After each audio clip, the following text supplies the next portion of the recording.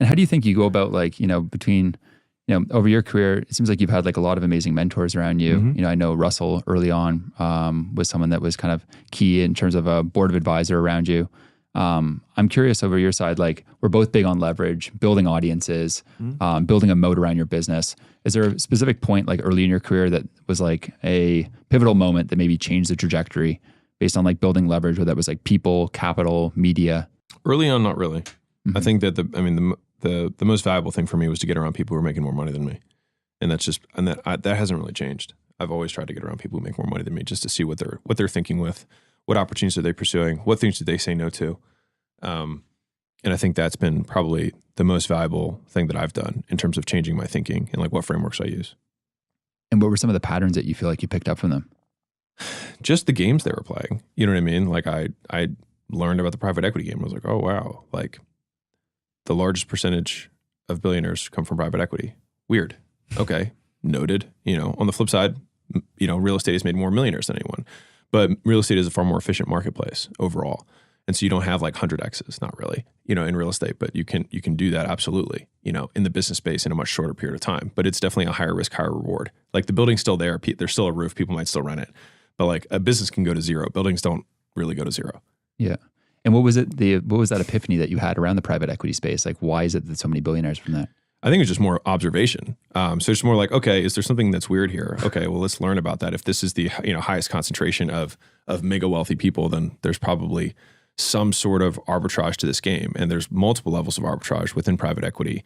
And when you combine them together, that's when you can create these 100X outcomes. It's like, well, you can buy things for significantly less than they're worth, far more so at a discount than like real estate, for example. And then you can still lever using debt from, third-party financing. And then on top of that, you can have even more leverage by raising money to do it. So it's like somebody who has $1 million can put $1 million in, raise 100 or raise 99 to get to $100 million.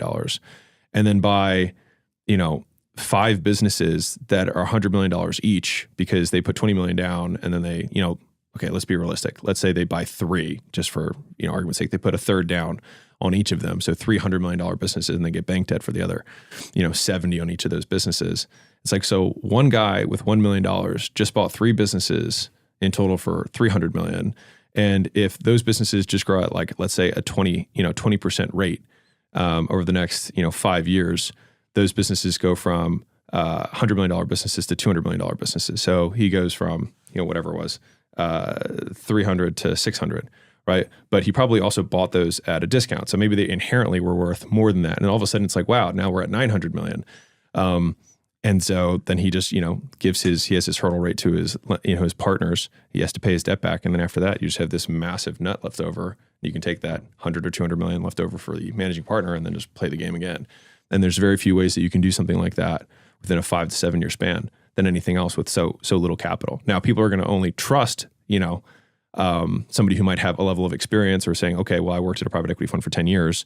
I did 2 funds and I feel pretty confident I can do it. It's like, okay, well, then you can do it when you're 35 because you start when you're 20 and you get 15 years in or whatever, 2 7-year funds and you start your own. And so, yeah, like I see those types of games and I'm like, that makes sense. Like where's the huge lever opportunities that exist? Like software is obviously a big one. Like how many things can you go from 0 to $1 billion valuation in 3 years? Like you can't do that with a chain of dry cleaning stores. This is not going to happen. Yeah.